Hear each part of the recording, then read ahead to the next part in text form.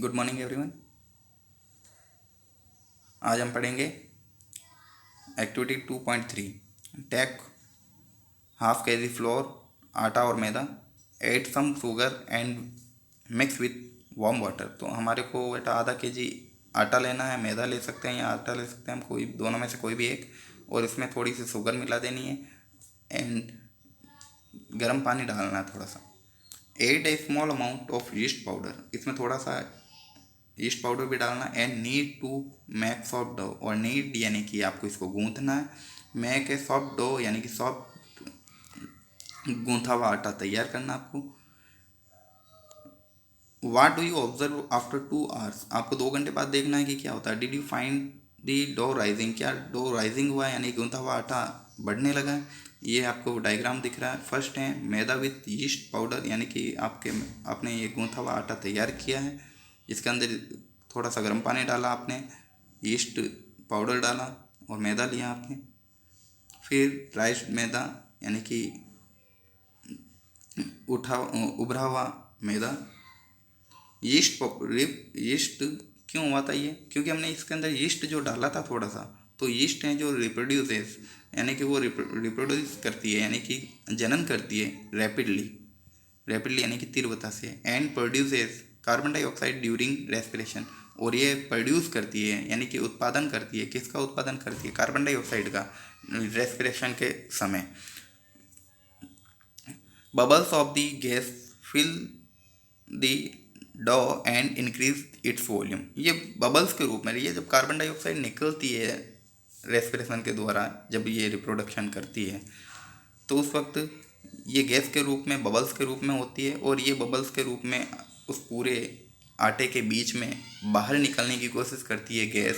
तो बाहर निकलने की कोशिश करती है तो उस आटे को ऊपर उठा देती है, और इसके अंदर धीरे छोटे छोटे छेद हो जाते हैं। जैसे कि आप घर पे इडली वगैरह बनाते हैं तो देखते हैं ना कि जब डालते हैं तो वो लिक्विड के रूप में थोड़ा सा होता है, फिर जब उसको बाहर निकालते हैं 10-15 मिनट बाद, यानी कि उसको गर्म करने पर, पकाने पर, आप जैसे ही बाहर निकालते हो तो वही आपने जो थोड़ा सा आपने इडली का वो जो लिक्विड डाला था वो तो कुछ देर बाद में फूल कर काफ़ी बड़ा हो गया।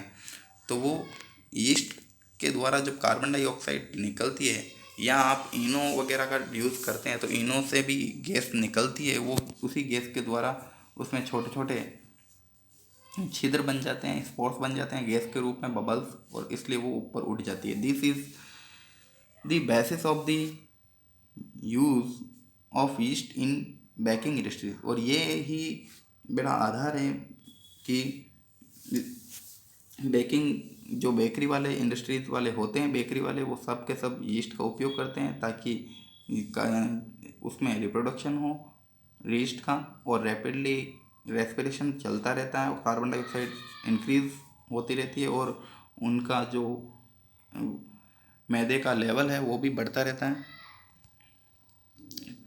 और भी बेकरी इंडस्ट्रीज वाले जो ब्रेड बनाते हैं, पेस्ट्री बनाते हैं, केक बनाते हैं, तो इसका उपयोग किया जाता है। Commercial use of micro organism, अब माइक्रो ऑर्गेनिज्म का कॉमर्शियल यूजेस क्या होता है। कॉमर्शियल यूजेस यानी कि वाणिज्यिक उपयोग। Micro organism are used for the large scale production of alcohol, तो माइक्रो ऑर्गेनिज्म का बेटा काफ़ी मात्रा में एल्कोहल प्रोडक्शन यानी कि एल्कोहल उत्पादन के लिए बहुत ही ज़्यादा मात्रा में माइक्रो ऑर्गेनिज्म का उपयोग किया जाता है। वाइन एंड एसिटिक एसिड, यानी कि जो वाइन बनाने में, और एसिटिक एसिड यानी कि विनेगर, आप के घर में विनेगर होता ही है जिसको आप फूड के अंदर यूज़ लेते हैं। Yeast is used for commercial production of alcohol and wine, और यीस्ट का यूज़ ज़्यादातर कॉमर्शियल प्रोडक्शन में एल्कोहल एंड वाइन बनाने के लिए किया जाता है। तो for this purpose yeast is grown on natural sugar present in grain like barley, wheat, rice, crust fruit juices.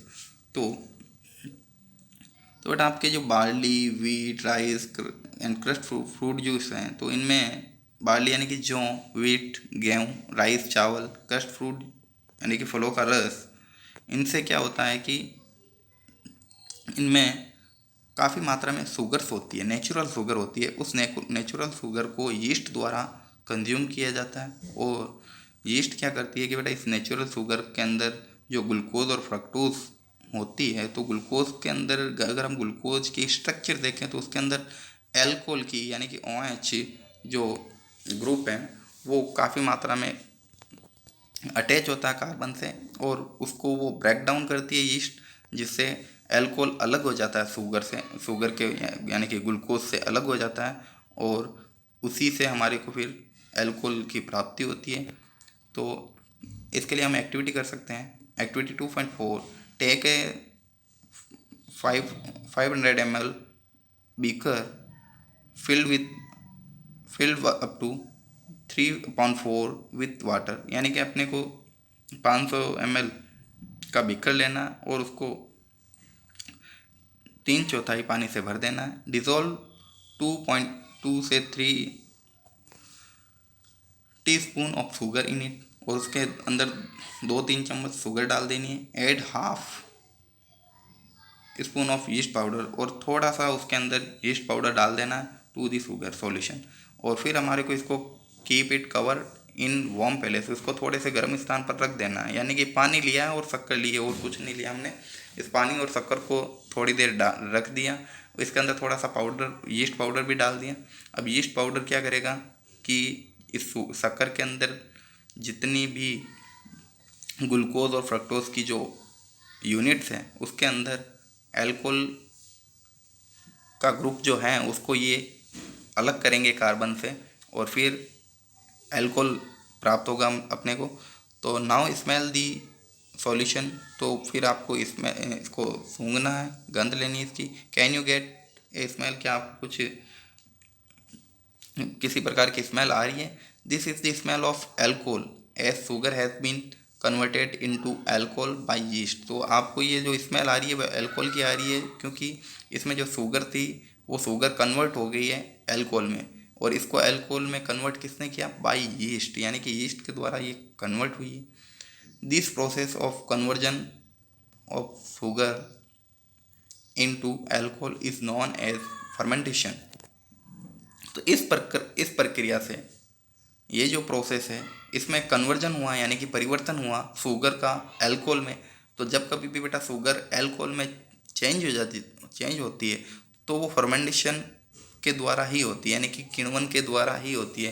किण्वन की प्रक्रिया द्वारा ही हम शुगर को अल्कोहल में चेंज कर सकते हैं, और इसमें जो मेन रोल होता है वो यीस्ट का होता है, क्योंकि यीस्ट जो होती है ग्लूकोज के अंदर जो कार्बन और अल्कोहल की इकाइयाँ जुड़ी रहती है, तो कार्बन और अल्कोहल को अलग करने का काम यीस्ट करती है, जिससे अल्कोहल बनता है। लुईस पास्चर डिस्कवर्ड फर्मेंटेशन इन 1857, यानी कि लुई पास्चर ने किण्वन की फर्मेंटेशन की खोज 1857 में की।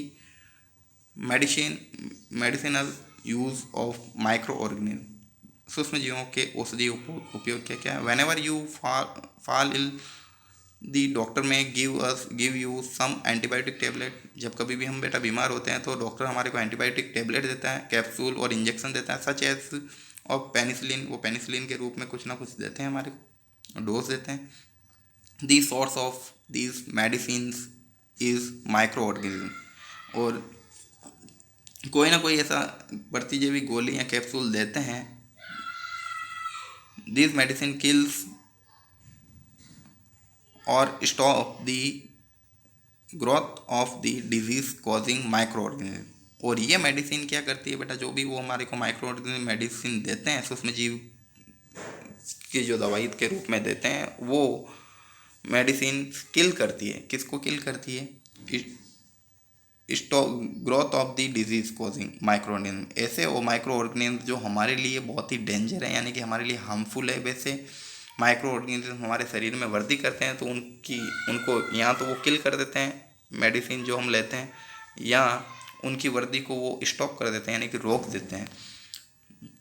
सच मेडिसिन आर कॉल्ड एंटीबायोटिक, और ऐसी मेडिसिन को हम एंटीबायोटिक बोलते हैं। एंटीबायोटिक यानी कि हमारे शरीर में कोई भी डिजीज़ हो रहा है जो हमारे को नुकसान पहुंचा रहा है, डिजीज़ तो हमें नुकसान ही पहुंचाते हैं, उनके लिए हम कोई भी मेडिसिन लेते हैं वो एंटीबायोटिक होती है। These days a number of antibiotics are being produced from bacteria and fungi, और आजकल बेटा काफ़ी मात्रा में एंटीबायोटिक का प्रोडक्शन हो रहा है फ्रॉम बैक्टीरिया एंड फंगी, यानी कि जीवाणु और कवकों द्वारा काफ़ी मात्रा में एंटीबायोटिक दवाएं बनने लगी है, क्योंकि कुछ बैक्टीरिया और फंगी होती है जिससे एंटीबायोटिक मेडिसिन बनाई जाती है, यानी कि बैक्टीरिया और फंगी से बनाई जा रही है। तो इसका मतलब कुछ बैक्टीरिया और फंगी हमारे लिए बेनिफिशियल वाले हो सकते हैं। तो वो कौन कौन से बैक्टीरिया और फंगी से बनाते हैं? एग्जाम्पल स्ट्रेप्टोमाइसिन, जो कि बैक्टीरिया और फंगी से बनती है, और ये जिस बैक्टीरिया और फंगी से बनती है वो हमारे लिए हेल्पफुल बैक्टीरिया और फंगी है। और फिर है tetracycline and erythromycin are some of the commonly known antibiotic which are made from fungi and bacteria. और ये बहुत ही कॉमनली आपको नाम बताए हैं दो तीन, स्ट्रेप्टोमाइसिन, टेट्रासाइक्लिन, इरिथ्रोमाइसिन। ये टैबलेट हैं जो बैक्टीरिया और फंगी से बनती है। They antibiotic are manufactured by growing specific micro organism and are use to cure a variety of disease. तो बेटा ये जो एंटीबायोटिक जो हमने फंगी और बैक्टीरिया से बनाई हैं, तो ये जो बनाते हैं तो ये एक विशेष माइक्रो ऑर्गेनिज्म, यानी कि एक विशेष सूक्ष्म जीवों के लिए एक विशेष प्रकार की प्रतिजैविक यानी कि एंटीबायोटिक मेडिसिन तैयार की जाती है। अलग अलग प्रकार के अलग अलग रोगों के लिए अलग अलग तरह की मेडिसिन बनाई जाती हैं। Antibiotic are even mixed with the feed of livestock and poultry to check microbial infection in animals। तो एंटीबायोटिक का या even mixed with the feed of livestock, यानी कि अगर एंटीबायोटिक का हम मिक्स करें feed of livestock and poultry, यानी कि अगर हम कुक्कुट जो पोल्ट्री यानी कि कुक्कुट पालन, मुर्गी पालन, और लाइवस्टॉक जो आपके पशु का आहार है, भोजन है पशुओं का, उनके लिए अगर हम एंटीबायोटिक ऐड कर दें तो हम माइक्रोबियल इन्फेक्शन को इन एनिमल में जो इन्फेक्शन होता है उसको हम रोक सकते हैं, क्योंकि उनके जो भोजन होता है उस भोजन में ही हम ऐड करते हैं कुछ मेडिसिन, जिनसे वो फूड जैसे ही खाएंगे तो उनके अंदर वो मेडिसिन चली जाएगी और उनसे उनके अंदर कोई भी इन्फेक्शन होगा तो वो वहीं रुक जाएगा, स्टॉप हो जाएगा। They are also use to control many plant disease. और आजकल काफ़ी पौधों के अंदर भी जो रोग होते हैं वो भी कंट्रोल किए जा रहे हैं डिजीज इनको एंटीबायोटिक से। फिर है ये यहाँ से एक अपना अलेक्जेंडर का पढ़ना है। In 1929 Alexander Fleming was working on culture of disease. तो ये बेटा कुछ कल्चर ऑफ डिजीज यानी किसी रोग के ऊपर कार्य कर रहे थे, वर्क कर रहे थे, कॉजिंग बैक्टीरिया, जिससे जो बैक्टीरिया से हुआ था। सडनली उन्होंने अचानक ही देखा, he found the spots of little green mould in one of his culture plates. तो जिस कल्चर पर जिस रोग पर वो कार्य कर रहे थे उस पर अचानक ही सडनली एक स्पॉट्स को देखा, एक बीजाणु को देखा। वो कैसा था? लिटिल ग्रीन मोल्ड, यानी कि वो छोटा सा हरा सा छोटा सा मोल्ड, यानी कि फफूंद। मोल्ड MOULD, मोल्ड यानी फफूंद, जिसको हम कवक के रूप में जो आप अचार पर वो आती है उसी तरह से कुछ किसी प्रकार की मोल्ड थी। अब ये कवक भी बेटा, फफूंद भी अलग अलग प्रकार की होती है। तो उन्होंने मोल्ड को देखा उस कल्चर पर जो हरे रंग की थी। उन्होंने ऑब्जर्व किया कि that the presence of mould, कि ये मोल्ड फफूंद उसके ऊपर जो आई है एक छोटी सी, ये prevented the growth of bacteria, ये उस बैक्टीरिया की ग्रोथ को रोक रही है। यानी कि जिस रोग के ऊपर ये सर्च कर रहे थे उस रोग के ऊपर ये मोल्ड लगने से, ग्रीन मोल्ड लगने से, फफूंद लगने से वो जो रोग था वो अब वृद्धि करना बंद कर दिया। तो इसका मतलब कि उस रोग के लिए अगर ये मोल्ड हम उपयोग में करें तो उस रोग को नष्ट कर सकते हैं। In fact it also killed many of this bacteria. तो उसको ग्रोथ को भी रोका और जितने भी जो बैक्टीरिया था उसको किल्ड भी किया। From this is mould penicillin was prepared. और इसी मोल्ड से उन्होंने पेनिसिलिन बनाया, और पेनिसिलिन का उपयोग हम काफ़ी मेडिसिन में करते हैं। तो ये पेनिसिलिन अलेक्जेंडर फ्लेमिंग के द्वारा बनाई गई। Next it is important to remember, आपके लिए ये बहुत ही आवश्यक रहेगा ये ध्यान में रखना, that antibiotic should be taken only and the advice of qualified doctor, यानी कि कोई भी एंटीबायोटिक हम लेते हैं तो क्वालिफाइड डॉक्टर से ही लेनी चाहिए। Also you must have complete the course prescribe by the doctor, जो भी डॉक्टर की सलाह से हमारे को जो कोर्स दिया गया है मेडिसिन का, वो मेडिसिन कंप्लीटली लेनी चाहिए।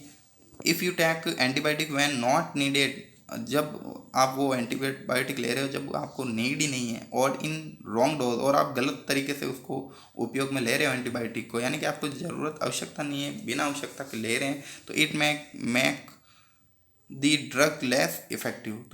तो ऐसे में जब आपको आवश्यकता होगी, when you might need in future, जब कभी भी आपको फ्यूचर में उस डोज की आवश्यकता होगी, उस मेडिसिन की आवश्यकता होगी, तो आपके वो वर्क इतना अच्छे से नहीं करेगी। Also antibiotic taken unnecessarily may kill the beneficial bacteria in the body, क्योंकि जब कभी भी हमारे को पहले हमारे को आवश्यकता नहीं थी फिर भी हमने वो डोज ली, और अब अगर फ्यूचर में कभी उसी मेडिसिन की आवश्यकता पड़ी तो वो हमारे लिए इतना वर्क नहीं करेगी जितना उसको करना चाहिए, क्योंकि हमने बिना किसी प्रॉब्लम के उसको लिया था।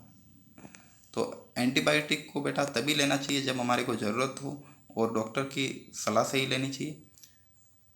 Antibiotic however are not effective against cold and flu as this are caused by virus. बेटा एंटीबायोटिक हैं ये सर्दी जुकाम फ्लू इनके लिए प्रभावशाली नहीं होती। हम लेते ज़रूर हैं कि जब सर्दी जुकाम लग गया तो हमारे को डॉक्टर वगैरह की सलाह से, किसी की भी सलाह से हम लेते हैं एंटीबायोटिक, ये उस पर इफ़ेक्ट नहीं करती, क्योंकि कोल्ड और फ्लू वायरस के द्वारा होते हैं, और वायरस के लिए कोई भी टैबलेट बनी नहीं है। फिर भी हमारे को आराम मिलता है, थोड़ा सर्दी जुकाम लगती है तो हम कोल्ड की जो टैबलेट लेते हैं उससे हमारे को रिलीफ मिलता है, बाकी उस सर्दी जुकाम के लिए कोई टैबलेट नहीं है। तो ज़्यादा मात्रा में अपने को ये एंटीबायोटिक नहीं लेनी है सर्दी जुकाम के लिए। Next vaccine. वैक्सीन यानी कि आप टीका जानते ही हैं। When a disease carrying microbe enter और बॉडी, जब कभी भी हमारे शरीर के अंदर कोई डिजीज़ रोग एंटर होता है, दी बॉडी प्रोड्यूस एंटीबॉडीज़, तो हमारी जो बॉडी जो होती है, हमारा शरीर जो होता है एंटीबॉडीज़ बनाता है टू फाइट दी इन्वेडर, तो वो उस डिजीज़ से लड़ने का काम करता है। दी बॉडी आल्सो रिमेंबर, तो ये बॉडी रिमेंबर भी करती है how to fight the microbe if the it enters again. तो जब कभी भी ये हमारे शरीर में रोग प्रवेश करता है और उस रोग से लड़ने के लिए हमारे शरीर खुद अपनी इम्यूनिटी पावर से एंटीबॉडीज़ बनाता है, और वो उससे फाइट करता है और उसको नष्ट भी कर देता है। तो जब कभी भी यही रोग दूसरी बार लगेगा तो वो उसके लिए एंटीबॉडीज़ पहले से हमारे शरीर में हाथों हाथ ही तैयार हो जाती है, और वो जल्दी उस रोग को हरा देती है। इसलिए काफ़ी रोग जो होते हैं जो शरीर में हमारे एक बार ही होते हैं, दूसरी बार होते नहीं, क्योंकि दूसरी बार जैसे ही होने लगते हैं तो वो एंटीबॉडीज़ पहले से ही, वो जैसे ही एंटर करते हैं तो एंटीबॉडीज़ जल्दी ही प्रिपेयर हो जाती है, बनने लगती है, और वो रोग हमारे को दूसरी बार नहीं लगता। जैसे कि छोटी माता आपने देखा होगा कि ये हमारे शरीर में बस एक बार ही होता है रोग। If dead or weakened microbes are introduced into a healthy body, the body fight and kills the invading bacteria by producing suitable antibodies.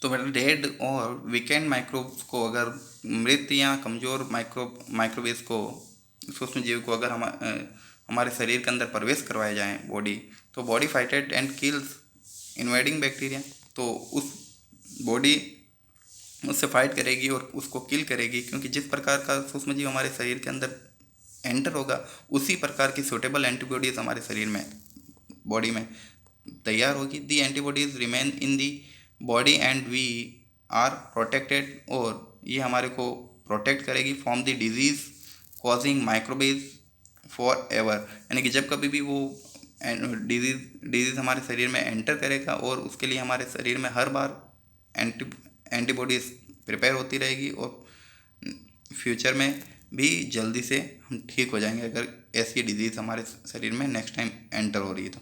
This is how a vaccine work. Vaccine कैसे वर्क करती है? Several disease including cholera, tuberculosis, small pox and hepatitis can be prevented by vaccination. तो आप मैं अपने को पता कुछ सेवरल डिजीज़ रोग होते हैं उनके लिए अलग से वैक्सीन बने हुए हैं, जैसे कि कोलेरा के लिए, ट्यूबरक्लोसिस के लिए, स्मॉल पॉक्स और हेपेटाइटिस के लिए अलग अलग प्रकार के वैक्सीन बने हुए हैं। तो बेटा कोलेरा आपके हैजा होता है और ट्यूबरक्लोसिस क्षय रोग जिसको टीबी बोलते हैं, और स्मॉल पॉक्स यानी कि चेचक छोटी माता, और हेपेटाइटिस स्मॉल पॉक्स चेचक रोग होता है, चेचक के लिए अलग से टीका होता है, एंड हेपेटाइटिस इनके लिए अलग विशेष प्रकार के वैक्सीन तैयार हैं। और Edward Jenner discovered the small vaccine for small pox. तो इन्होंने एडवर्ड जेनर ने चेचक के लिए 1798 में इसके चेचक के टीके की खोज की थी। नेक्स्ट कल पढ़ते हैं।